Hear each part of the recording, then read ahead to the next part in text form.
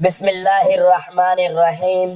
بڑے بڑے اولیاء اللہ اس کلمے کو دولت کا سمندر کہتے ہیں۔ جس کو یہ کلمہ پڑھنا نصیب ہوا اللہ اس پر دولت کے خزانے کھول دیتا ہے۔ ناظرین، یہ کلمہ دولت کا سمندر ہے اور بڑے بڑے ولی اللہ اس کلمہ شریف کو دولت کا سمندر کہا کرتے ہیں۔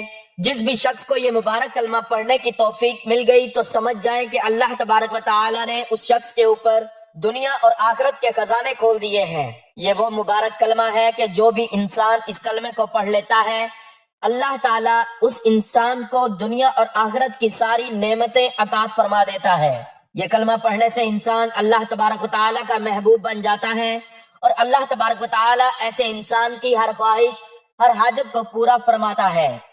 تو معزز بھائیوں اور بہنوں، آج کے اس بابرکت بیان میں جو عمل آپ کو بتا رہا ہوں یہ وہ عمل ہے جو کہ بڑے بڑے اولیاء کرام پڑھا کرتے ہیں، اور اس کلمے کو پڑھنے والا اللہ تبارک و تعالیٰ کی رضا حاصل کرنے کے ساتھ ساتھ اس کی رحمتوں اور برکتوں سے بھی مالا مال ہو جاتا ہے۔ اس اللہ کے ذکر میں تو اللہ تبارک و تعالیٰ نے ویسے ہی بہت طاقت اور برکت رکھی ہوئی ہے۔ محترم ناظرین، رزق اور دولت کے دروازے ایسے کھلتے ہیں، اللہ پاک قرآن میں فرماتے ہیں، اور اگر بستی والے ایمان لاتے اور تقوی اختیار کرتے تو ہم ان پر آسمان اور زمین سے برکتیں کھول دیتے۔ اللہ تعالیٰ انسان کو مال دیتا ہے پھر اسے آزماتا ہے۔ اگر بندہ اللہ کے دیے پر راضی ہو گیا تو اللہ تعالیٰ اس میں برکت اور وسعت ڈال دیتا ہے۔ اگر وہ راضی نہیں ہوتا تو مال میں برکت نہیں ہوتی۔ رسول اللہ صلی اللہ علیہ وآلہ وسلم نے فرمایا، گھر میں بسم اللہ پڑھ کر داخل ہوا کرو، اس سے گھر میں سے شرارتی شیطان اور جن بھاگ جاتے ہیں۔ گھر میں برکت نازل ہوتی ہے اور نحوست اس گھر میں رہ ہی نہیں سکتی۔ اللہ تعالیٰ کا ارشاد ہے، اور اگر بستی والے ایمان لاتے اور تقوی اختیار کرتے تو ہم ان پر آسمان اور زمین سے برکتیں کھول دیتے، لیکن انہوں نے جھٹلایا تو ہم نے انہیں ان کی کرتوتوں کے باعث پکڑ لیا۔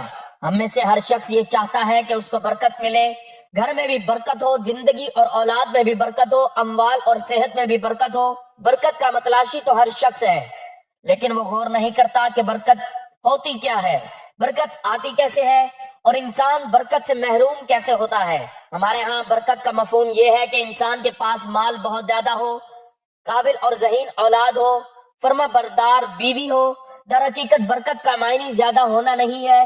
ایک بندے کے گھر میں مال تو بہت زیادہ ہے مگر وہ اس مال سے فائدہ نہیں اٹھا سکتا، طرح طرح کے امراض میں مبتلا ہے، اس کے پاس اللہ کی نعمتیں بے شمار ہیں مگر کھا نہیں سکتا، اس لیے کہ ڈاکٹر نے منع کیا ہے۔ برکت کا حقیقی معنی یہ ہے کہ اللہ تعالیٰ کسی کے گھر میں بھلائی پیدا کر دے، انسان کو اس چیز سے فائدہ اٹھانے کی توفیق دے دے اور وہ چیز انسان کے پاس برقرار رہے، یہی اصل برکت ہے۔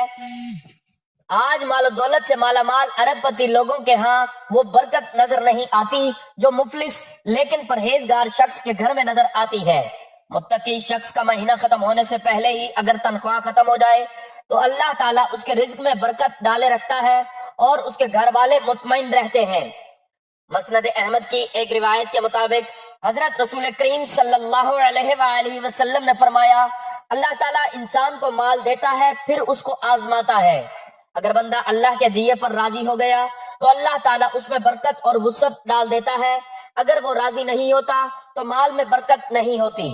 حضرت رسول اللہ صلی اللہ علیہ وآلہ وسلم کا فرمان ہے، اگر دنیا میں سب سے زیادہ غنی بننا چاہتے ہو تو جو مال اللہ تعالیٰ نے تمہاری قسمت میں لکھ دیا ہے اس پر راضی ہو جاؤ، دنیا کے سب سے بڑے غنی بن جاؤ گے۔ ایک روایت میں ہے کہ ام سلیم رضی اللہ تعالیٰ عنہ اپنے بیٹے انس رضی اللہ تعالیٰ عنہ کو حضرت رسول اللہ صلی اللہ علیہ وآلہ وسلم کے پاس لا کر کہتی ہیں، رسول اللہ صلی اللہ علیہ وآلہ وسلم، یہ آپ صلی اللہ علیہ وآلہ وسلم کا خادم ہے، اس کے لیے دعا فرمائیے۔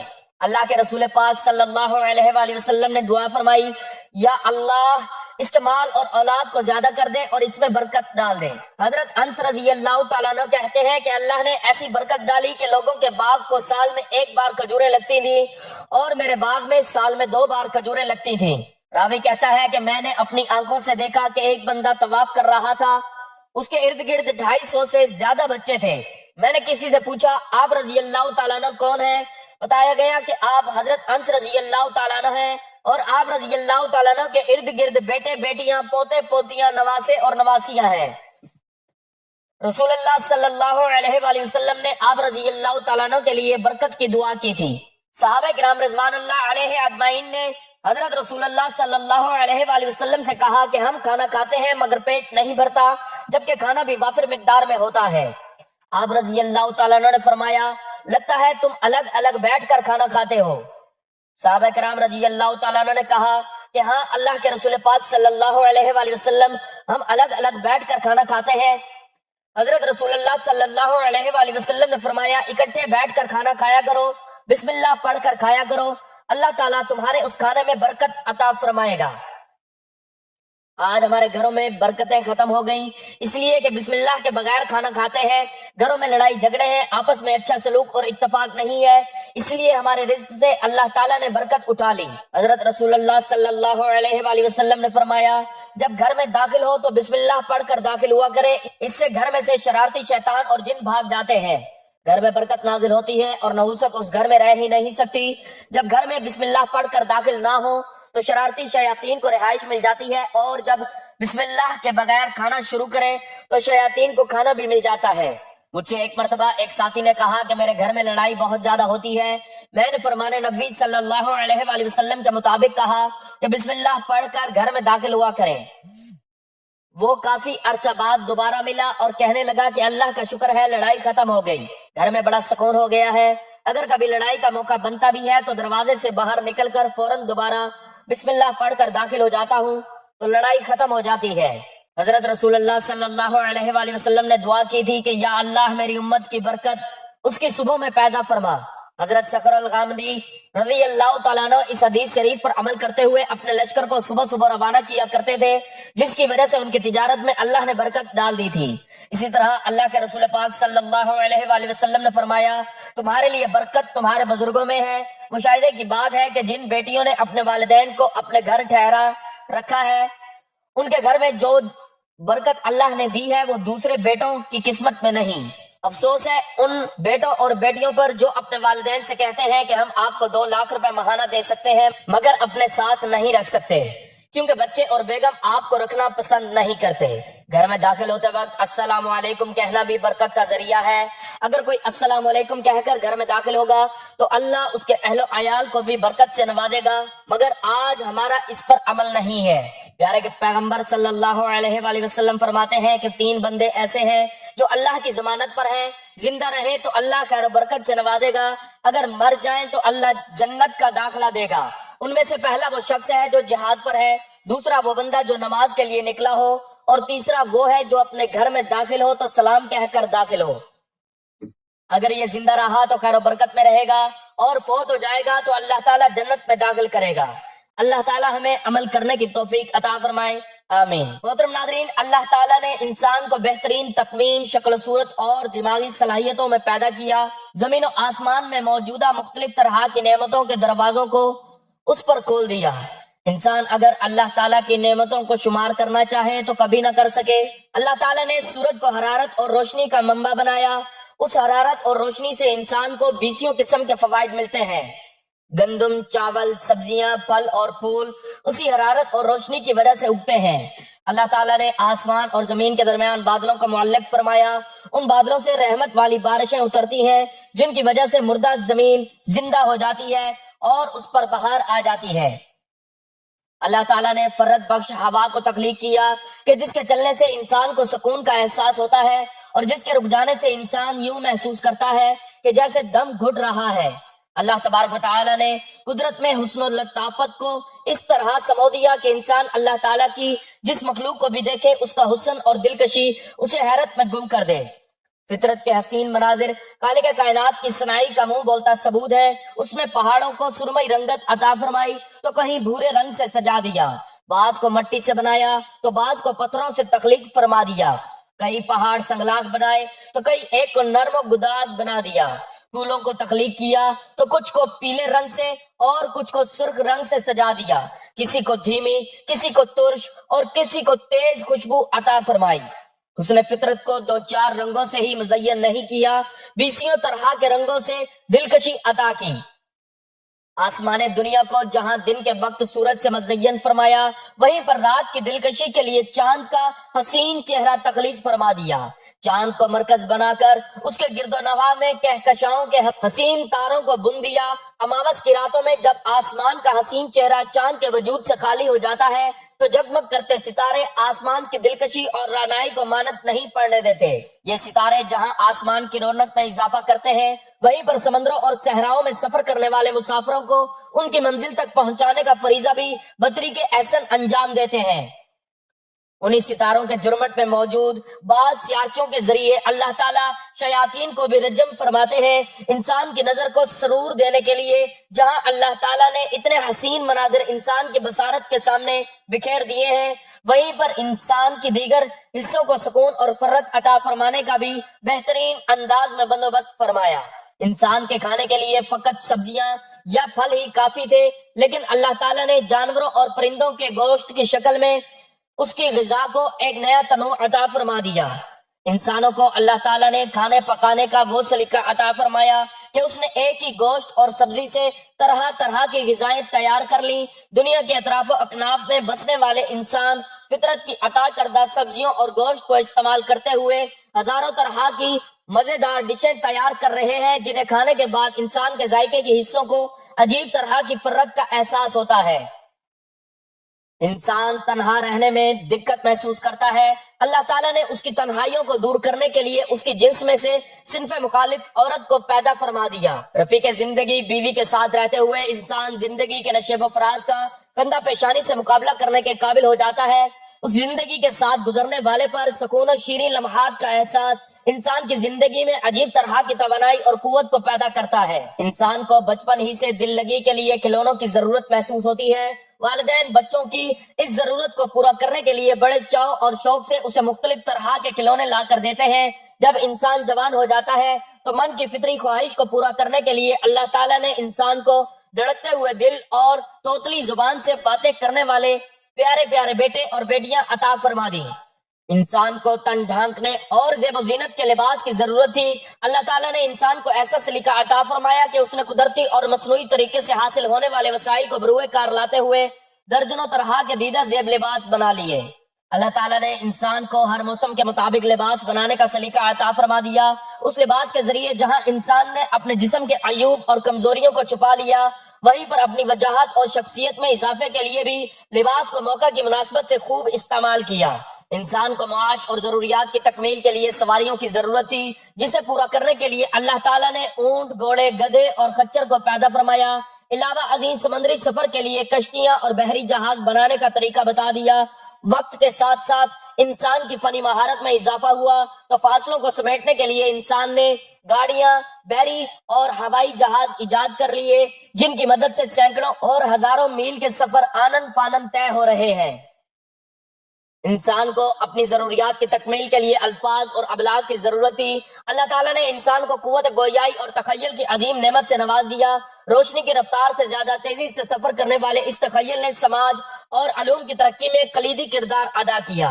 ان مادی نعمتوں کی فراوانی کے ساتھ ساتھ اللہ تعالیٰ نے روحانی ضروریات کو بھی بطریق احسن پورا فرما دیا۔ اللہ تعالیٰ نے انسانوں کی رہنمائی کے لیے ہر بستی میں انہی کی زبان بولنے والے نبی کو مبعوث فرما دیا، جنہوں نے انسانوں کو زندگی گزارنے کا پورا طریقہ سمجھا دیا۔ سب سے آخر میں جمیع انسانیت کی فلاح و بہبود کے لیے اپنی آخری کتاب قرآن مجید کو حضرت رسول اللہ صلی اللہ علیہ وآلہ وسلم کے قلب اطہر پر نازل فرما دیا۔ رسول اللہ صلی اللہ علیہ وآلہ وسلم نے بھٹکتی انسانیت کو اس کی منزل کا پتہ بتا دیا۔ آپ صلی اللہ علیہ وآلہ وسلم نے بتوں کے آستانوں پر جھکنے والے سروں کو اللہ کی چوکھٹ پر ڈال دیا۔ آپ صلی اللہ علیہ وآلہ وسلم نے بیٹیوں کو زندہ درگور کرنے والوں کو کائنات کی ہر بیٹی کی زندگی اور عزت کا رکھوالا بنا دیا۔ آپ صلی اللہ علیہ وآلہ وسلم نے حرام کھانے والوں کو رزق طیب کی لذت سے آشنا کیا۔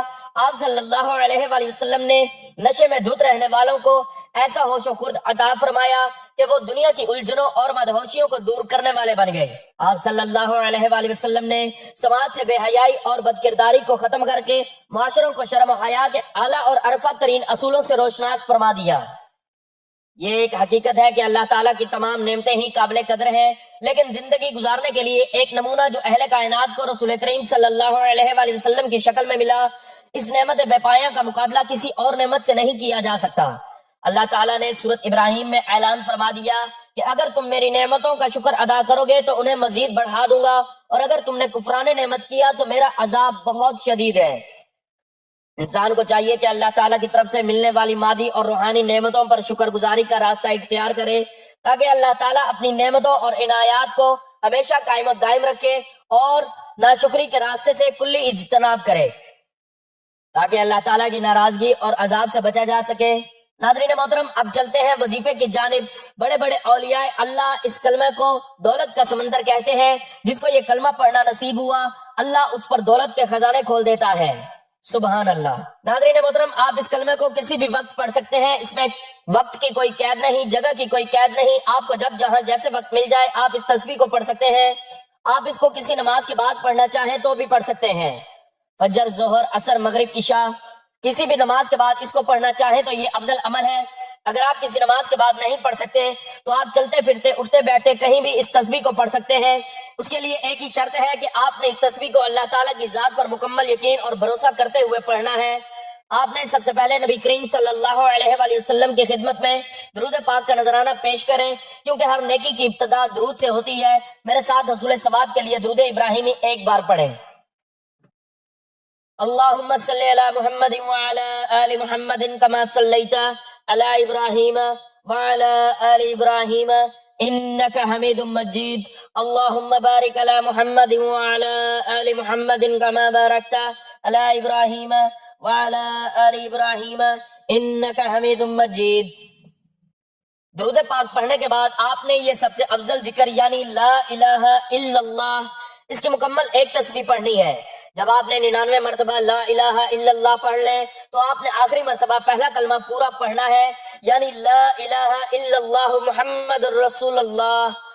جب آپ یہ مکمل تسبیح پڑھ لیں تو اس کے بعد آپ نے ایک تسبیح یا باسط یا وہاب یا رزاق کی ایک تسبیح پڑھنی ہے۔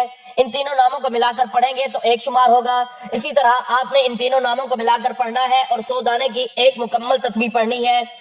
پھر آپ نے 33 مرتبہ تیسرے کلمے کا ورد کرنا ہے، جو کہ یہ ہے سبحان اللہ والحمد للہ ولا الہ الا اللہ واللہ اکبر ولا حول ولا قوت الا باللہ العلی العظیم۔ اس عظیم کلمے کے اندر اللہ کی پاکیزگی، شکر گزاری، توحید اور کبریائی جمع ہے۔ اس کا ترجمہ ہے اللہ پاک ہے، تمام تعریف اللہ کے لیے، اللہ کے سوا کوئی معبود نہیں اور اللہ سب سے بڑا ہے۔ یہ کلمات جنت کے خزانے ہیں۔ نبی کریم صلی اللہ علیہ وآلہ وسلم نے فرمایا یہ کلمات میرے لیے دنیا و مافیہ سے بہتر ہیں۔ اس عمل، اس وظیفے کی بدولت اللہ تعالیٰ آپ کو، آپ کی اولاد کو زندگی کے ہر میدان میں کامیابی عطا کرے گا۔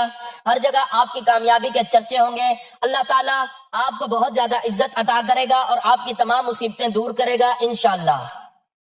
ناظرین، اللہ تعالیٰ کے ذکر میں وہ طاقت ہے جو قسمتیں بدل دیتی ہے، دلوں کو سکون دیتی ہے اور اولاد کے نصیبوں کو جگا دیتی ہے۔ جو بندہ اخلاص کے ساتھ، یقین کامل کے ساتھ یہ تسبیح پڑھتا ہے، اللہ تعالیٰ اس کے لیے عزت، رزق، محبت اور کامیابی کے دروازے ایسے کھول دیتا ہے جن کا وہ تصور بھی نہیں کر سکتا۔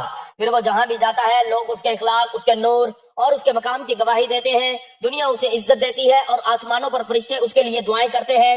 اولاد فرما بردار ہوتی ہے، گھر میں رحمت نازل ہوتی ہے اور زندگی میں سکون اور برکت قائم ہو جاتی ہے۔